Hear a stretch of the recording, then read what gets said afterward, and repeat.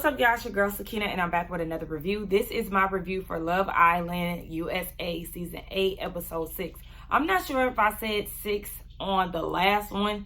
Here we go, bubbling up. But I'm not sure if I said 6 on the previous review because I definitely had it in my thumbnail thinking that it was 6, but it's actually 5. This is 6. So yeah, let's go ahead and get into it. Hopefully my energy will rev up as this review goes on because the tired bug has hit me. And on top of that, Auntie Hood has been being tested today with children throwing fits and whatnot. But we are here, we're working through it, and it is what it is. The hat is still on because the hair still is not done. It is gloomy outside, and what's the point of me doing my hair if it's gonna be humidity? I don't want to have to go through that struggle. The episode picks up where it left off last week, or not last week, but last night, with Corbin and Kenzie. They're having a one-on-one. They're finally coupled up, and he's excited to finally get in her bed. My goodness gracious. She tells him that she was going to pick him anyway, and being that the power was in his hands, he felt like it was an easy decision for him to make. So then they have small talk about what type of sports he plays because Kenzie realizes that he has big hands. And so because he has big hands, that automatically means that he's an athlete to her. There are certain things that she's done and said when it comes down to, you know, men of color. Like, she just assumes that he's an athlete. She was like, he talks so well in another episode. And I was just like, yeah, I'm trying not to make a big deal out of stuff like that, but I'm definitely peeping and I'm hearing. And so he said that he played basketball and football, but he said he think he played small forward in basketball. How do you not remember the position you played? Moving on to Trinity and Bryce. They feel bad for Sean, but ultimately Bryce is happy that he's still in the game, baby.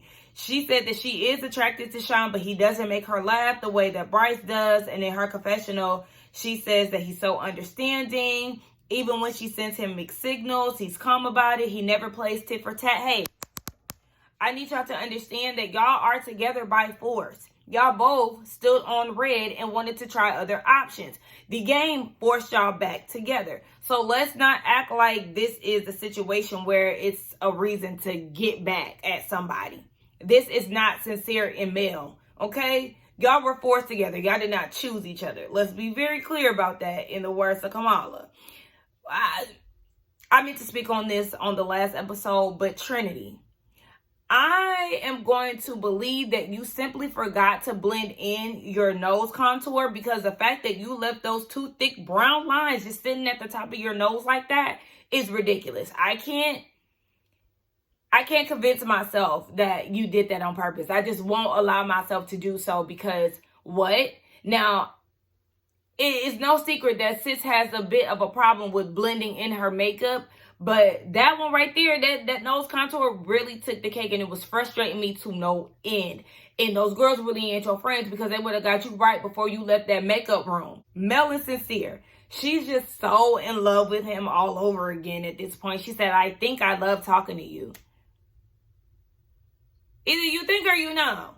What? But he thanks her for seeing it through. And in his confessional, he's saying that they've been through so many ups and downs. And baby, it's only been, what, day 6? It ain't even been a full week yet. And y'all been acting a fool. This is not romantic, okay? Casey and Anaya go off and have a conversation. He was nervous that she was gonna fuck him over. Again, the man has PTSD that he still has not recovered from. And she was like, well, what if somebody that's your type is going to walk through the doors? And he was like, well, they got to do something extreme for me to move on. Okay, well, we'll see. He said that he's confident in their connection and things are getting deep. But my thing is, what is your type? I wanted her to ask, what is that type? What does it do? I feel like sometimes they give... like they're not as, the conversations are not as direct as they should be. I seen this girl say, they need to start asking, who did you vote for? Okay, yes, like let's have some real ass conversations. Let's see, like let's talk about religion. Let's talk about a bit of politics. Let's talk about the family background. Let's talk about what we want out of life, how we view like a family structure. How do you deal with conflict? Like let's talk about some real things so we can see. Like, I know right now this is like the, what's your favorite color, small talk type of conversations, but after a while, shit needs to start getting deep. Now, I will commend Casey and Anaya for the conversation that they had last week about colorism. Thank you. This is a real conversation, and I love that he was pouring into her. But I need to see the other Islanders getting to it. Zach and Kata, baby, all they do is pet kiss. Two pecking ass birds. Like, they don't talk about anything. And he said that he would have been upset if Corbin chose her. And in her confessional, she said that Zach is always going to be her first choice. Okay, I mean, you see something there. I feel like a lot of us don't. I know for me, for sure, I don't. And I've been saying that. But she feels so good about him. He makes her feel safe, confident, and comfortable. Where? Where do you feel all of this confidence, comfortability? Like, what have y'all been talking about? Because all we see here is him teaching you fun facts and giving you Greek words for watermelon. Girl, bare minimum, they love to accept it. Bea and Gabriel. He said it was sweet hearing those nice things that she said to him at the recoupling. And she said it was a hard thing for her to do because she's very uncomfortable speaking like that. She's seeing Casey and Bryce be so happy and embracing their women that chose them. And she just doesn't know what's in his mind. Though she's trying not to compare, she really just doesn't know where he is mentally. This is the second time we've seen Bea talk about not being comparing to the other women or other couples in the villa. You're comparing yourself. You are. And I feel like it's something that is very normal for people to do. It's not something that we should do, but it's very normal. And I do feel like it could be a part of her disability as well as, her tomboy behavior. I feel like those things do affect how she moves. And speaking of moving, I need her to move around the villa because, baby, this is like, you're too complacent. He said that, she asked him, do you feel that you could express yourself in the way that you want? He said that it's easier for him to express himself in his language. Now, I could get down with that because I understand that some people do just communicate more effectively with the language that they know, especially bilingual people. However, they spoke in Spanish, and he said it's easier to speak in Spanish because it's so similar to Portuguese. But he ain't say much in anything. All he said is he likes her. He's very happy with her. And he likes how she is. Baby, you could have said that in English. You ain't say nothing profound. Not impressed. And in his confessional, which a lot of people have been saying that he doesn't talk in his confessionals or he doesn't have one. He spoke in his confessional twice this episode. And he said that he is very happy. He feels like everything worked out. And she really understands him. He said that he was hungry. And she was like, you want me to go make you a grilled cheese or something? And he moved his leg and kicked hers. Kicked her prosthetic leg. I said, oh! She said, it's okay. I couldn't feel it. And they started laughing. But I was like, what if he kicked it hard and kind of popped it out? Oh, baby, that would have sent me. Anyway, everybody is preparing for bed. And Kenzie comes into the makeup room all giddy, jumping up, excited, and she's chanting. She got a man with muscles, that's tall, that has big hands, and you know what that means. I want everybody to understand that Kenzie is using this man for his BBC. And when I say BBC, I mean his big biracial cock, okay? Yeah, that's all I can see. I know that this is a very temporary place for Kenzie to be. She does really want her cowboy, her white man, and all of that. She's going to use this man to, explore her fantasies and whatnot. I just don't really see it. So it's the next day, and Kenzie is telling the girls that Corbin makes her horny. And again, Melanie is just gushing over Sincere, and suddenly she's just all in love with him all over again. We make it back to Bea and Gabriel, and they want to dig a bit deeper this go round, which I'm like, okay, thank you. Y'all been, coupled up for a few days now, and y'all just now getting to the point of actually talking about something outside of him fucking you with his eyes and his mouth. She said that her expectations out of a man is a gentleman, one that opens the door, pulls out the chair, gives her jacket, gives her his jacket when it's cold, those type of things. And he wants to know what he's missing in that. And she said, well, we haven't even dug deep and had deep conversations. That's something that she wants to do. And so he then asks about her exes. She said that she had 2 exes. One was on and off for 3 years. And he was 20 years older than her. So what the hell? 20 years older? And girl, how old were you at the time of dating this man? This is crazy. And he said that his ex was 18 years older than him. Okay, so with Bea dating somebody that was 20 years older and Gabriel messing with somebody that was 52, y'all one and the same. I don't know why she was acting all shocked that that man was, getting down with a more mature woman when you was getting down with a man who shouldn't even had your number in the first place. Both of them exes is out of order. So she said in her confessional that she didn't want to lose herself in the connection. She's scared of getting fucked over. Well, again, you're not mingling with other men, so you are pretty much setting yourself up for the okie doke because this is the only person that you're focused on. Even when the ladies try to have conversations, she's like, Gabriel, that's your only focus. So you can pull a Sean all you want and not go around and get to know people. Your ass gonna be tossed out next. So we see Sincere and Anaya having a conversation, and I'm starting to feel the bestie in the villa vibe between them because they're always getting together and having little powwows about their connection. So I would not be surprised if they pulled that bestie out of the hat at some point. They talk about the recoupling, and Sincere said that gave him a lot of reassurance, but he's still trying to figure out how to establish trust.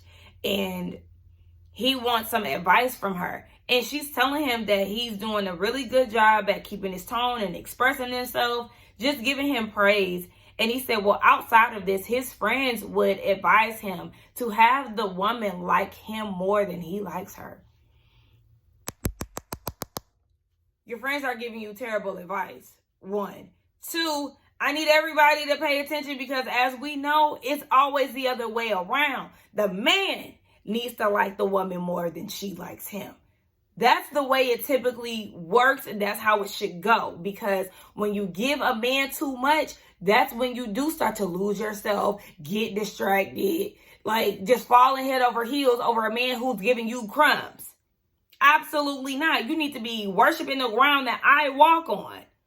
And I like you a little bit, okay? You gotta make me grow to like you type shit. Because the way these men be out here playing games, you don't like them harder than they like you. Absolutely not. Now, she says that she is Mel and Sincere's biggest fans. But do y'all potentially see down the line with it being so easy to talk to her and all of that? Do y'all see, and this is just hypothetically speaking, this is not something that I believe, but could y'all see one of them potentially like having some undercover feelings? One of them possibly being Anaya, because again, Sincere was her first pick. So I don't know. Then they get into the conversation of her and KC. And she was like, I feel really good about him. He tells me I'm beautiful every morning. Again, the word reassurance is going to be used a lot. And he tells her that they are the perfect couple. I do feel like they are a really good couple thus far. However, we just got to see how this goes. We move on to Kata and Zach. Again, the two people who give us absolutely nothing. And he said that he never met a girl like her before. And says that he's only scratching the surface with her. And that's because y'all are not talking about anything. Baby, you got to ask her stuff. Again, y'all talk about a whole bunch of nothing. Moving on to Bea, Trinity, and Kenzie. They have a powwow. And Kenzie is asking Bea how things are with her and Gabriel. She said they're still getting to know each other. They're both really direct communicators. Y'all are very both direct communicators, but you never truly know how he feels. You never know how that man feels. And that's the reason why you're so reluctant and you're sitting back and seeing how he's reacting to certain things. And I feel like Bea is the one who's always coming to him for, you know, reassurance, checking in and things like that. I feel like it's her that's doing all of the legwork. No pun intended, but literally I feel like she's the one who's doing all of that type of stuff. The funny thing is, she said that she feels like he's into her until someone else comes in.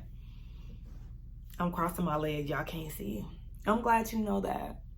I'm glad she knows that, because that's exactly what it is. Bea is Gabriel's placeholder. The moment a bombshell Betty come through, he's out of there. And the way that bombshell bombed in at the end, and y'all know which one I'm talking about. Yeah.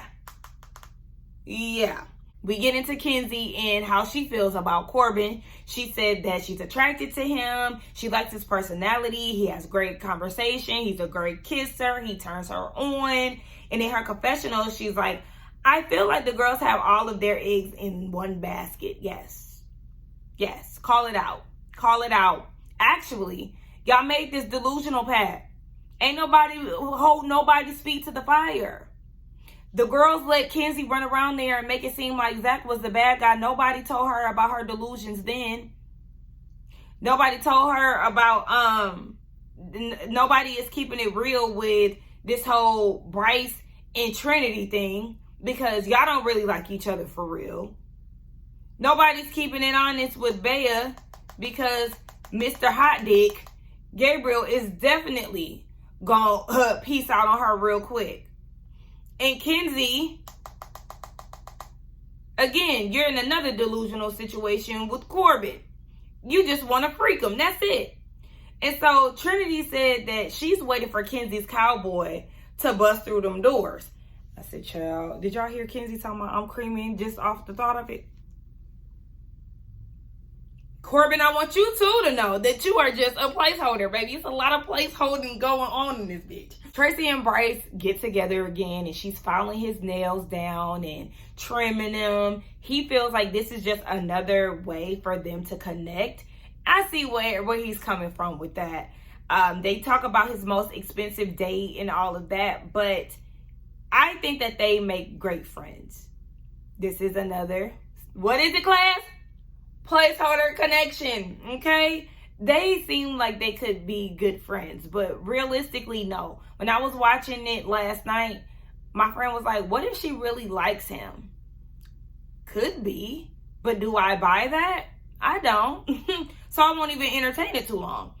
So we see that Casey and Anaya, they go off for another one-on-one, and she finally asks him what's his type. Unfortunately, he was not clear enough for me.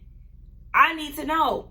You should have said dark-skinned women, because, I mean, the way that you gave that speech last week, I would have thought that you would have said that. He said that he's only had one official girlfriend, and the other women that he's dated, they all are different. But the couple similarities that they do have is them being independent, self-driven, funny, and outgoing. She's only had 2 relationships. Her first one was a few months. That don't count, baby. That don't count. A few months. Do you know a few equates to 3? So I'm going to give you max under 6 months. That don't count. And she said the second one was on and off. They dated throughout high school and college. That leads them into getting into her high school years. And she said that she played volleyball. She was homecoming princess. So you wasn't the queen? You was junior? Is that what that mean? I didn't know that schools had princesses. Y'all fill me in. I don't know. She dated the football player. She was a typical girl. I mean, typical girl. There's a lot of different girls that you could, categorize in high school. But I would say she was popular. She also wanted to know if Casey would ever move out of Fresno. He feels like he has to, and considers Atlanta. She gonna say, "Oh, you say Atlanta just like people from Atlanta." No, he don't. No, he don't. A lot of people from Atlanta say Atlanta.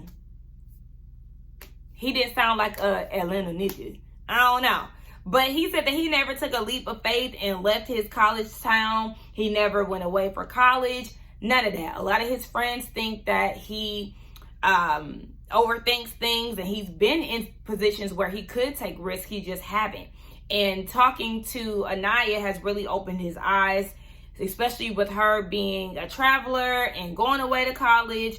He feels like his life is just getting started, but he does like the fact that she is encouraging him. Casey, I want you to know that that leap of faith is you coming all the way out to Fiji to be on a nationwide, I don't know if it's worldwide, but at least a nationwide television show. Like, this is definitely going to help you take those trips that you want to take, get brand deals, move to the place that you always wanted to go to. So kudos to him, because this is definitely a risk. You're putting yourself out there on TV. That is the biggest risk that you've taken thus far as I know. And so they share a kiss, and he was like, you know, I get carried away. And she was like, no, but you've been doing better. Okay. Glad to know that y'all have been talking about his kissing style, because again, I told y'all, I do not like the way that he kissed. I feel like it's just a little too forceful. It's like you need to back up a little bit and calm it down. You know, act like you didn't kiss somebody before. It just be a lot going on, be chaotic, and be like too much excitement. So nice to hear that he's doing better in that department. Moving on to Kenzie and Corbin again. Kenzie said that your eyes are like a lion. And he said, and I'm hunting you like you're the prey. She was like, that's how I want to feel. Please get this gazelle off of my TV. I want her out of here. I'm so tired of her. She's never going to let the lion and the gazelle go. She's never going to. That leads them to talking about fantasies in the bedroom. I don't even know how we got here, but this is what Corbin led the conversation with. He said that he wants to be blindfolded in the bedroom, and he wants to basically find his way to his partner. This is a fantasy that he's always wanted to explore. I said, ain't that some shit? He done predicted the game. Love Island said, bet, we got you. I don't know if this was just super coincidental or production heard that and was like, yeah, let's make that a challenge. But it was a good one. I thought that was very funny. But she said that she was super geeked when he touched her butt. She acts so green to me. Kenzie acts like she ain't never had a man before. And it's kind of creepy to me. Am I the only one who feels that way? Like, and you're touching my butt. It was just so hard to go back to sleep.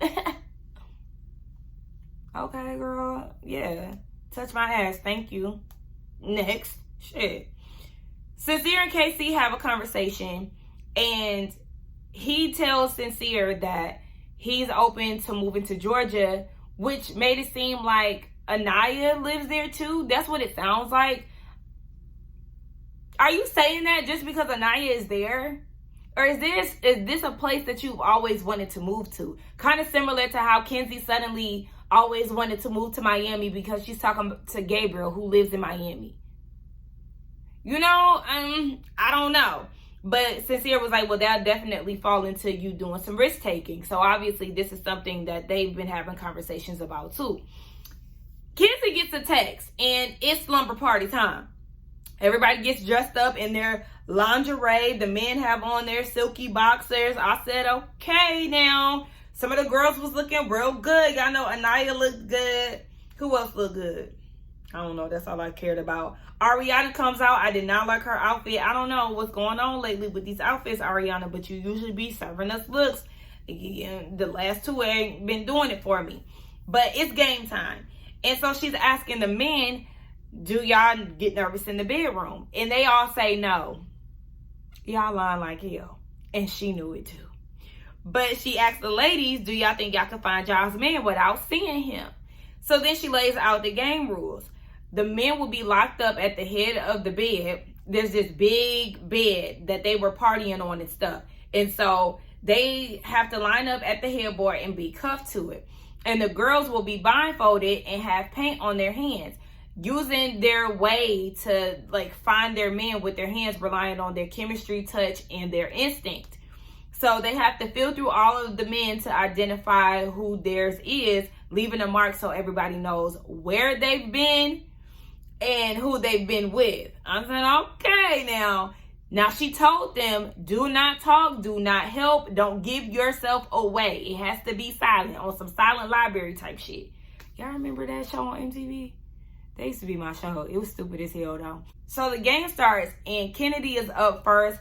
She goes down the line of all of the men up until she gets to Bryce. Once she finds Bryce, she was like, yeah, this is my man. That's it. She recognized that turtle tongue. But on the way to it, she kissed Casey, Gabe, and Zach.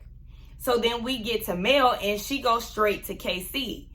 She also kisses Zach and she was like, not my man. I said, listen. It sounds like Zach and Bryce might be the worst kissers of the bunch. Because the way she got up off him, like, hell nah. That's not him. It's given that kiss was whack as hell. She also kisses Trinity. Because at this point, remember, Trinity is locked up to the bed because she found her man. I said, oh, a little girl on girl. Okay. I mean, Trinity was definitely feeling it. So it is what it is. You know, the girls like to kiss. Don't kiss me though. Back the hell up.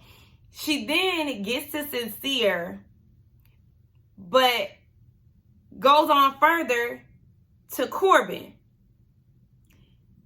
She now starts playing this game of back and forth. Like, let me see. One more time. She's literally going back and forth. Mind you, the men are not blindfolded, so they're seeing all of this with their own eyes.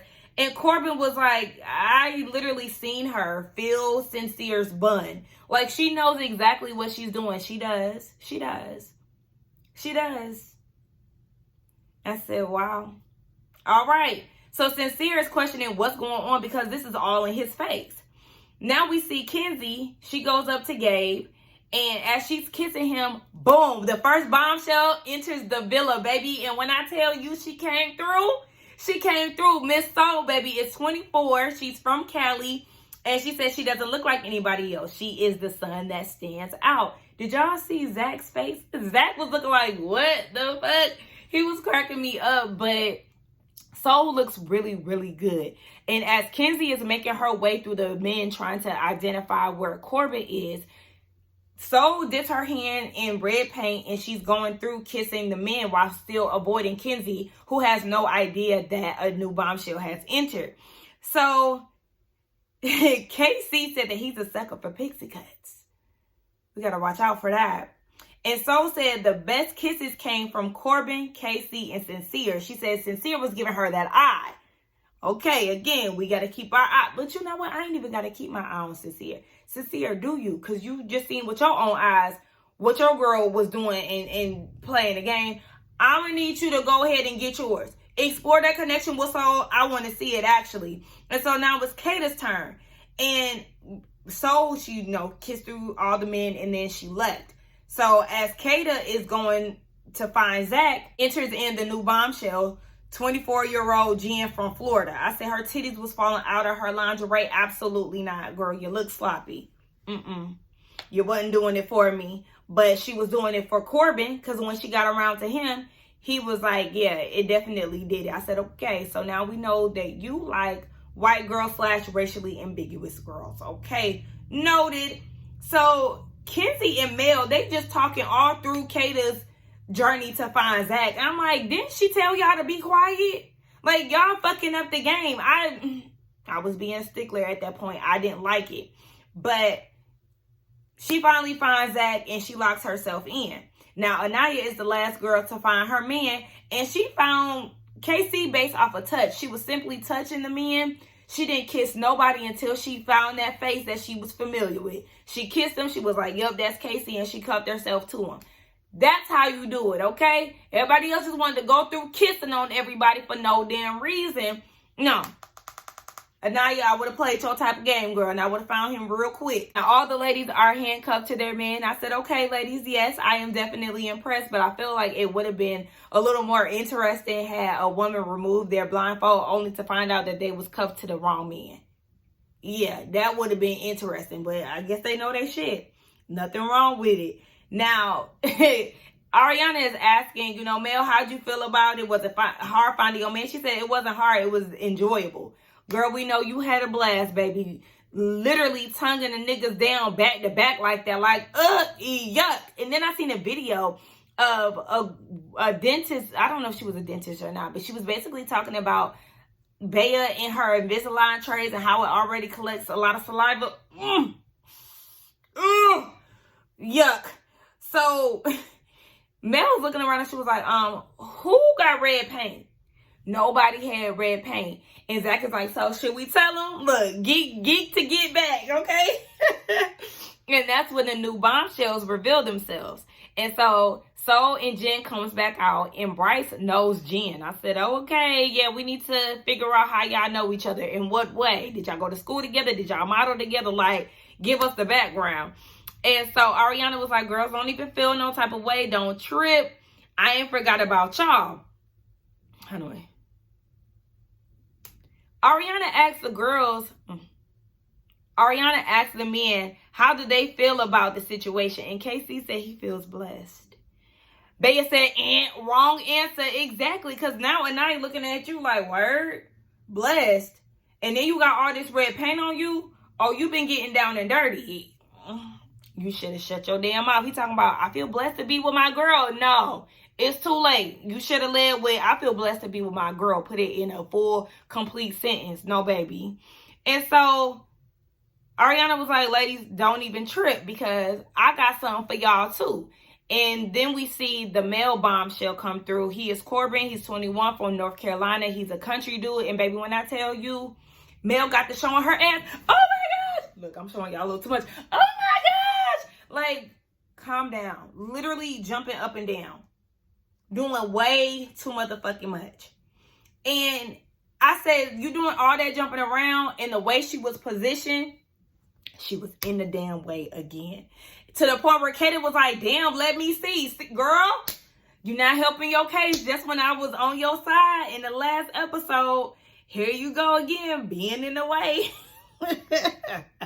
But no, for real, why was she the only one perked up like that? Like, were you trying to be seen? That was a little extreme. Like, I don't know if she was... I do think that she was ultimately excited for Kenzie because, you know, her type finally came through, and that's pretty much like her house bestie from what I feel. But, girl, calm all that shit down. Like, you doing too much in front of Sincere. If he was doing all of that, she would be pissed. But Caleb goes through and he kisses all the ladies because, again, they are handcuffed to the bed too. And him and Kenzie kiss for a long time. Melody basically greets the man with open arms. Hey. And starts tonguing him down. Kata had her legs up in the air. Legs to the motherfucking moon. I said, girl, calm down. And Anaya said that she liked the kiss. And she said, it's good to have another fine man in the villa. Lie again. Lie again. That man is not fine. He is not fine. He not my type again. He not my demographic. But he ain't fine. Let's not hype the situation up again. I'm wondering what your... Casey, you asked Anaya what's her type because we want to know. We want to know. Okay, because you slick give Valley Girl, so you just might be into white men. But you also, we know that you like Sean and you like soft textured hair men, okay? And Sincere. And so when he kissed Bea, Gabe thought he was next, bitch. Oh shit. But why did I think that too? The way that Caleb, the new bombshell, slid through and slid past Gabe, I said, was he about to kiss him too? Gabe looked like he was ready, baby. Look, I don't know. The more I be looking at Gabe, as much as I be wanting that little sexual creature up out of the villa, I be like, damn, he is fine as hell. Like, he fine as hell. He fine. But that was pretty much it. Kenzie is excited as hell, and I'm excited because we get to vote tonight, okay? I got the app on my phone, and like I said, okay, somebody got to be voted out. Who we voting out, y'all? I told y'all I slick want to come down to the girls. I slick want Trinity to go. It was Kenzie at first, but now at this point, I mean, Kenzie could stay and be with her white king or whatever. As far as men, Bryce can go. Bryce can go. And I was going to kick Gabe out too because, again, he just give me too horny, too freaky. But really, shit, Corbin can go. Bryce can go. Corbin can go. I want Gabriel to stay because I'm trying to see what's up. I'm trying to see how he about to act. He only been connected to one girl for real. I'm trying to see something. Like, I don't know. Y'all let me know. What lady y'all would vote out? what man y'all will vote out? Bryce on the chopping block for me. Trinity on a chopping block for me. Shit. And the new bombshell, the blonde, she can go before she even sit down. But anyway, let's get in the comments and talk. Do not forget to like, comment, subscribe to my channel, and I will see y'all tomorrow for, wait, does it come on tomorrow? I don't think it come on tomorrow. So we got a little break. But yes, let's get down in the comments and talk, because this episode was definitely good. I want Soul to start snatching souls, okay? Just don't snatch KC soul. That's the one that's off limits. But you could go and play with Sincere all day, because Mel is playing a game in his face. I don't know if she's still testing him. Go see what that's about. I'm ready for Sincere to spread his wings, like, for real. But yeah, let's get down. Let's talk. I'll see y'all later. Bye.